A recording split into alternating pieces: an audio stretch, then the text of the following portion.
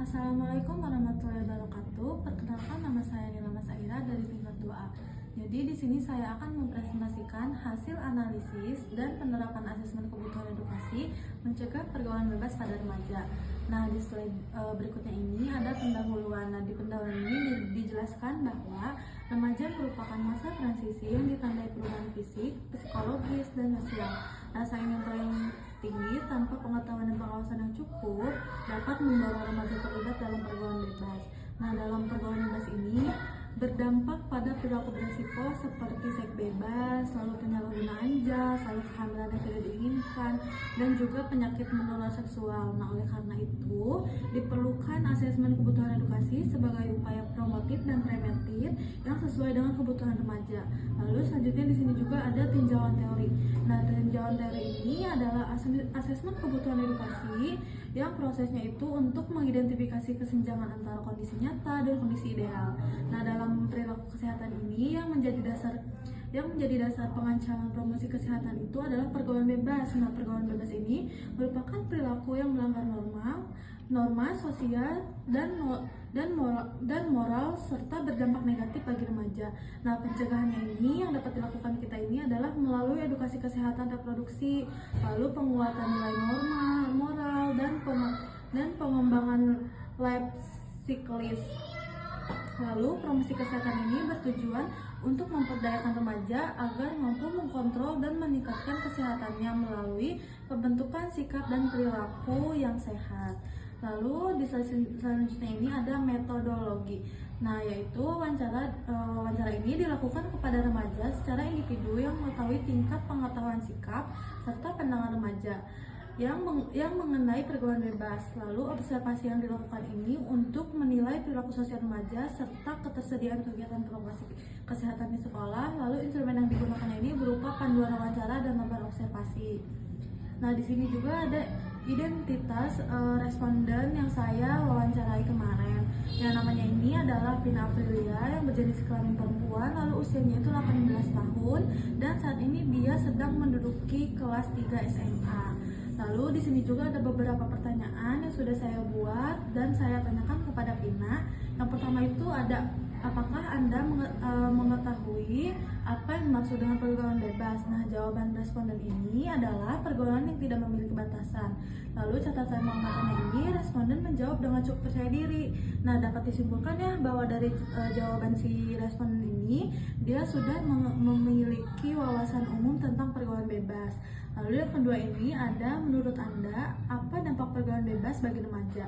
Nah, jawaban responden ini adalah prestasi menurun, rusaknya masa depan. Nah, catatan pengamatannya ini, responden mampu menyebutkan dampak pergaulan bebas ya, tetapi dia tuh tidak menjelaskan secara rincinya. Lalu yang ketiga ini, apakah Anda pernah mendapatkan edukasi tentang pergaulan bebas? Nah, jawaban si responden ini, dia pernah, katanya biasanya mendapatkan edukasi kesehatan itu di sekolahnya. Lalu catatan pengamatannya ini, responden terlihat terbuka saat diwawancarai oleh saya. Nah, pertanyaan yang keempat, faktor apa yang paling mempengaruhi pergaulan bebas pada remaja? Nah, jawaban responden ini adalah faktor karena teman dan media sosial. Nah, catatan pengamatannya ini, di sini saya menulis responden ini menjawab dengan cepat dan terlihat yakin dengan pendapatnya. Lalu di sini juga ada panduan observasi. Nih, yang pertama itu ada aspek yang diamati. Yang pertama ada sikap responden saat wawancara. Nah, hasil pengamatannya ini, yang pertama itu ada responden bersikap kooperatif dan terbuka. Nah, catatan tambahannya ini, yang pertama itu sesekali terlihat ragu saat menjawab pertanyaan dari saya. Lalu yang kedua ada cara responden mendapatkan pendapat. Nah, hasil pengamatannya ini, responden ini disampaikan dengan bahasa sederhana, lalu penjelasan juga masih belum mendalam. Yang ketiga ini ada pemahaman responden tentang pergaulan bebas. Nah, hasil pengamatannya, responden ini memahami, tetapi belum semuanya dia pahami gitu. Lalu yang keempat ada edukasi respon terhadap kebutuhan. Hasil pengamatannya itu adalah responden ini menunjukkan ketertarikan terhadap edukasi yang saya berikan. Lalu di sini juga catatan tambahannya, dia sangat menyukai metode edukasi yang saya berikan kepada responden tadi yang bernama Pina.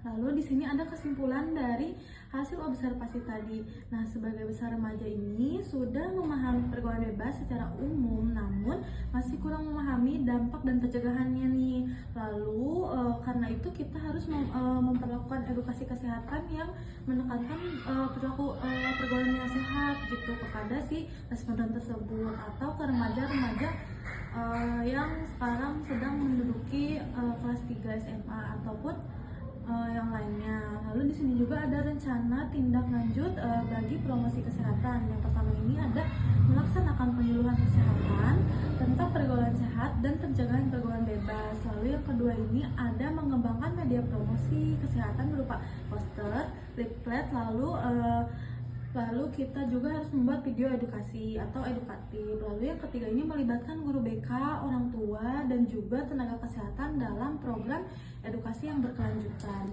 Lalu di sini juga ada kesimpulan dan harapan dari semua yang sudah tadi saya sampaikan ya. Kesimpulannya itu adalah hasil asesmen kebutuhan edukasi ini menunjukkan bahwa remaja masih membutuhkan informasi yang lebih jelas dan tepat mengenai pergaulan sehat.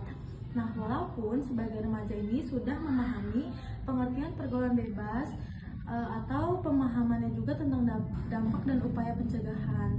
Nah, ini tuh masih terbatas. Oleh karena itu, kita diperlukan untuk mengedukasi kesehatan yang terencana dan dilakukan secara berkelanjutan untuk membentuk perilaku pergaulan yang tidak sehat. Yang sehat pada remaja.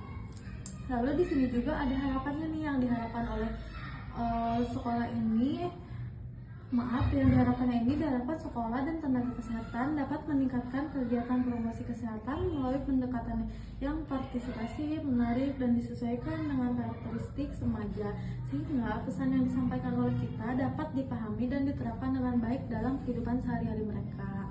Nah, di sini juga ada hasil dokumentasi saya ketika saya melakukan observasi atau mewawancarai Pina tersebut.